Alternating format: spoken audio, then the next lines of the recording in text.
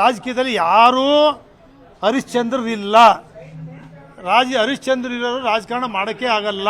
ಇವತ್ತಿನ ರಾಜಕಾರಣ ವೇದಿಕೆ ಮೇಲೆ ಹೇಳಿದೆ, ಯಾವತ್ತು ರಿಯಲ್ ಎಸ್ಟೇಟು ಮೈನ್ಸು ರಾಜಕೀಯ ಪ್ರವೇಶ ಮಾಡ್ತೋ ಆವತ್ತೇ ದುಡ್ಡಿನ ಮೇಲೆ ಪೈಪೋಟಿ, ದುಡ್ಡಿನ ಮೇಲೆ ರಾಜಕಾರಣ ನಡೀತಾ ಇರುವಾಗ ಯಾವ ತತ್ವ ಸಿದ್ಧಾಂತ ಉಳಿತದೆ? ಯಾವುದೇ ಕಾರಣಕ್ಕೂ ಅಂತರ ಕಾಯ್ಕೊಂಡಿಲ್ಲ.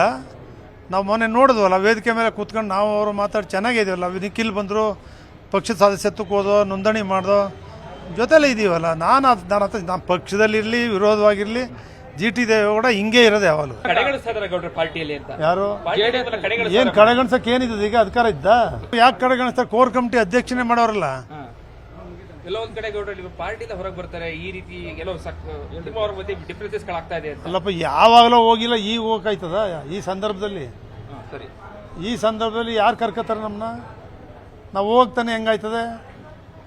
ಹಾಲಿ MLA ಇದ್ದೀನಿ, ಇನ್ನೂ 3 ವರ್ಷ ಚುನಾವಣೆ ಇದೆ. ಚುನಾವಣೆ ಸಂದರ್ಭದಲ್ಲಿ ನೋಡೋಣ. ರಾಜೀನಾಮೆ ಮನ್ಸಿದ್ರು ಕೂಡ ಸಂದರ್ಭ ಇದಲ್ಲ, ನೀವು ಸಂದರ್ಭಕ್ಕೆ ಕಾಯ್ತಾ ಇದ್ದೀರಿ. ಯಾರಿಗೆ? ನಾನು ಯಾಕೆ ಕೊಡ್ಲಿ?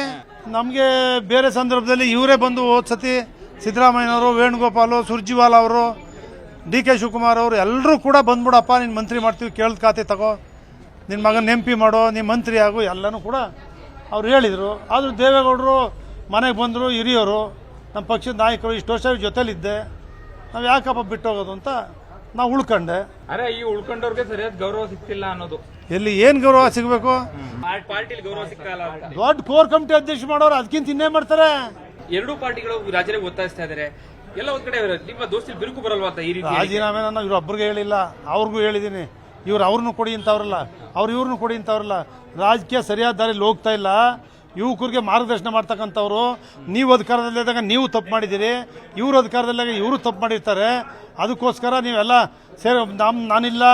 ರಾಜಕೀಯದಲ್ಲಿ ಯಾರೂ ಹರಿಶ್ಚಂದ್ರರಿಲ್ಲ. ಹರಿಶ್ಚಂದ್ರ ಇರೋರು ರಾಜಕಾರಣ ಮಾಡೋಕ್ಕೆ ಆಗಲ್ಲ.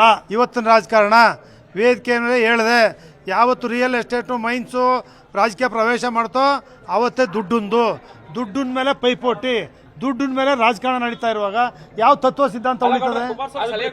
ರಾಜೀನಾಮೆ ಕೇಳಿಬಿಡಿ ಮುಂದಿನ ಮಾತಾಡ್ತೀರಾ ಕುಮಾರಸ್ವಾಮಿ ಜೊತೆ? ಯಾರಿಗೆ? ಕುಮಾರಸ್ವಾಮಿ ಅವರಿಗೆ ನಾವು ಚರ್ಚೆ ಮಾಡ್ತೀನಿ.